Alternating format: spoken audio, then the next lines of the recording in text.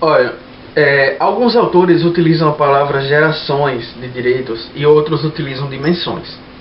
Alguns não utilizam a expressão gerações porque acreditam que ao usar essa expressão, quer-se dizer que os direitos mais recentes acabam retirando a importância dos anteriores, mas isso não é verdade. Acho que nenhum autor utiliza a expressão com essa finalidade. Então, tanto faz se é geração ou dimensão de direitos fundamentais. O importante é que a gente entenda que eles são famílias de direitos que são reconhecidos pelo poder público depois de muita luta por parte dos interessados. Então, o Estado reconhece esses direitos em momento de muita agitação social pela necessidade de sua proteção e concretização.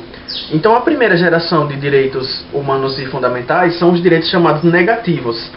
Negativos porque o Estado não pode intervir em determinados aspectos da sua vida individual, da sua liberdade, da sua igualdade, da sua vida e propriedade para fazer o que bem lhe entender. Então são direitos negativos, eles protegem o indivíduo em relação ao Estado. São os chamados direitos civis e políticos. São os direitos que a doutrina liberal, de John Locke, de outros autores daquela época, que eles formularam.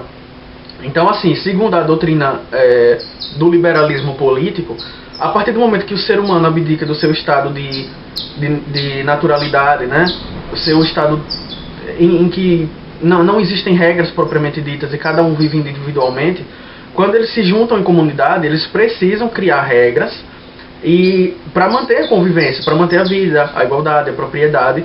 E aí surge o Estado como essa entidade que vai ter a responsabilidade de proteger o indivíduo de si próprio. Ou seja, o Estado protege o indivíduo da ação do Estado. Pelo menos é assim na doutrina liberal, no começo desse pensamento aí, que é datado lá do século XVII. Então, esses direitos são voltados a proteger a pessoa do Estado.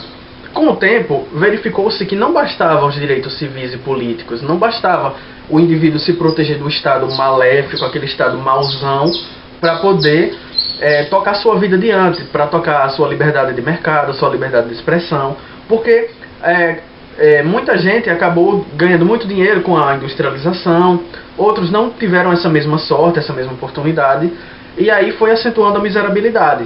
Com isso surgiram os direitos de segunda geração, que são chamados sociais ou prestacionais. Prestacionais porque agora o Estado não apenas deixa de intervir na sua liberdade individual, como passa a ser requisitado por você, indivíduo, a prestar determinados serviços que são destinados à sua sobrevivência. Então aí entra a saúde, educação, alimentação, moradia, vestuário, o lazer, Então esses direitos prestacionais exigem uma prestação por parte do Estado. Já não são mais direitos negativos, já são direitos positivos, porque existe uma atuação positiva do Estado. Ele diz, não, essa missão é minha, então a gente tem que garantir direitos sociais para tentar equalizar na medida do possível as distorções sociais, evitar que umas pessoas tenham muito e outros não tenham quase nada. Então, enquanto na primeira geração a gente busca a igualdade formal, a igualdade perante a lei, para evitar o arbítrio do poder público opressor, aqui a gente já tem a igualdade material. Então aqui a gente quer ser igual em oportunidades e condições. Isso começou a surgir com a Constituição do México, de 1917, e a Constituição Alemã de Weimar, em 1919. Marcos que incentivaram até a nossa Constituição de 1937 a regulamentar essa questão dos direitos de segunda geração, que não se mostraram suficientes ainda. Em primeiro lugar, por falta de uma vontade política consistente de garantir uma distribuição de renda como política de Estado e não política de governo, ou seja, a sucessão de um governo liberal e um governo mais social pode acarretar problemas aí na distribuição de renda, já que, apesar de a Constituição dizer que é uma política de Estado, mas eles vão utilizando malabarismos aí para se imiscuir dessa função. E aí se torna uma função de governo que depende muito da vontade política dos detentores do poder. Isso é ruim. Então, além disso, tem também as próprias mudanças que aconteceram na sociedade. Certo, na primeira geração a gente teve a liberdade que queria, para que o Estado não intervisse na nossa propriedade, na nossa vida, quando bem entendesse.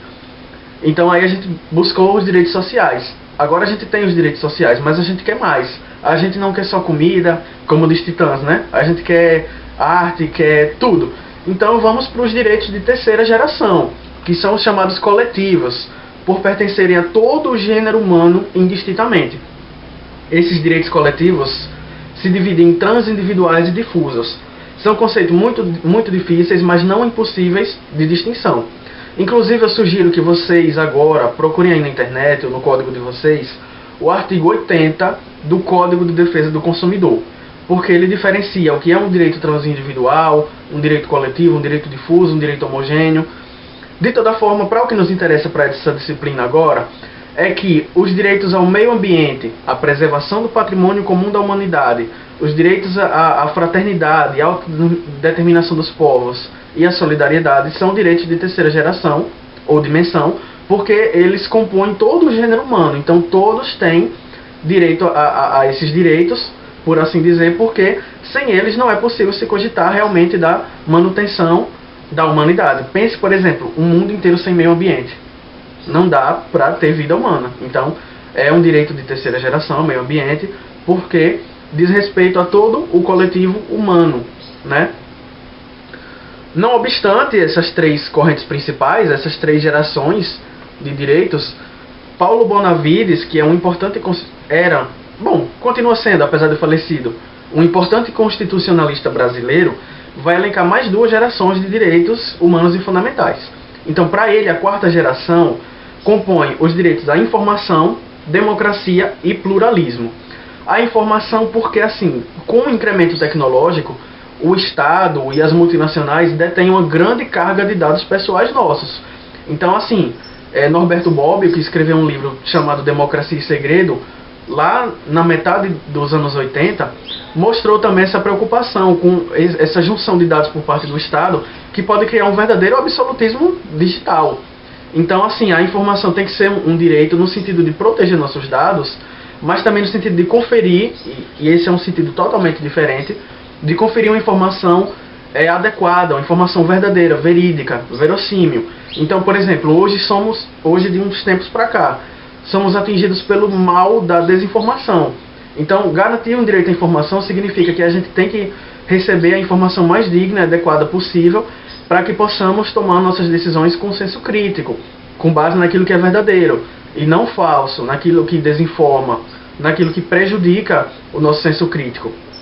Com relação à democracia, ele e outros autores, e todos nós deveríamos entender que a democracia é o melhor regime dentre os possíveis, porque ela permite que o povo se autodetermine, que o povo tome as próprias decisões, que o povo se autogoverne por meio da representação, das eleições, da iniciativa popular e de tantas outras circunstâncias aí que conferem o poder ao povo que nossa Constituição menciona no seu artigo 1º. Então a democracia como direito significa que eu, vivendo numa ditadura, não posso ter a potencialidade de aperfeiçoar tudo aquilo que eu posso melhorar para mim e para a minha sociedade. Então eu não tenho essa possibilidade de ser o que eu poderia ser se eu estivesse numa democracia.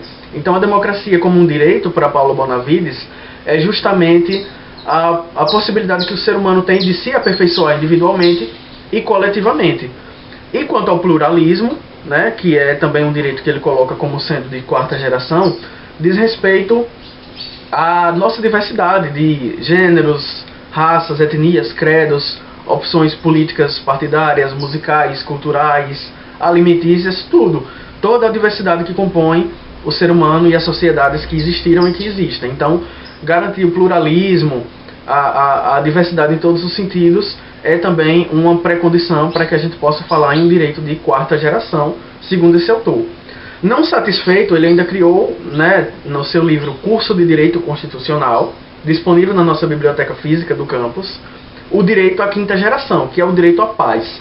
Esse direito vem à tona, gente, no momento que a gente fala de invasão de um país no outro, que a gente fala de armas nucleares, né? Um país com 5.000 ogivas nucleares, outro com 6.000, e sempre no comando de pessoas com certos impulsos, com vontades políticas, e que põem em risco a existência da humanidade.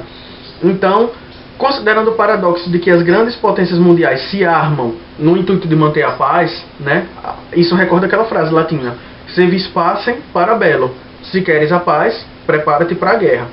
Então, isso mostra a atualidade de Paulo Bonavides, a atualidade e a importância de se falar no direito à paz, que é inclusive um princípio de direito internacional que a nossa Constituição acolheu no seu artigo 4º, né? Que é respeitar a soberania dos outros países, respeitar os direitos humanos e, acima de tudo, prezar pela paz.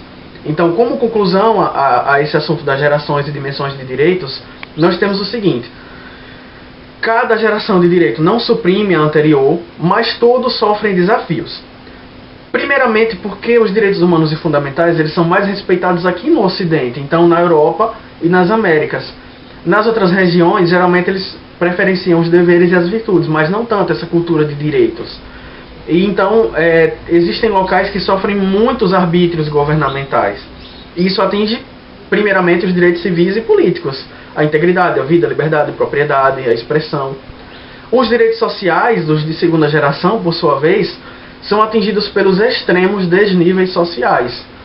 E os de solidariedade, que são os de terceira geração, são atingidos pela deteriorização da qualidade de vida humana. Então, as queimadas, os incêndios, a destruição das nossas matas, da nossa fauna, flora, a poluição e toda a atividade industrial, toda a atividade antrópica, né, do ser humano, que não observa os limites impostos pela natureza e pela própria lei.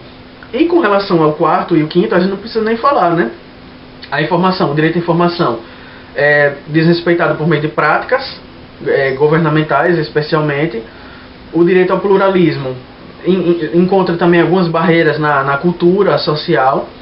O direito à democracia enfrenta alguns problemas em países que na teoria são democracias, mas na prática contam com lideranças autoritárias. Vide aí todo esse conflito no leste europeu.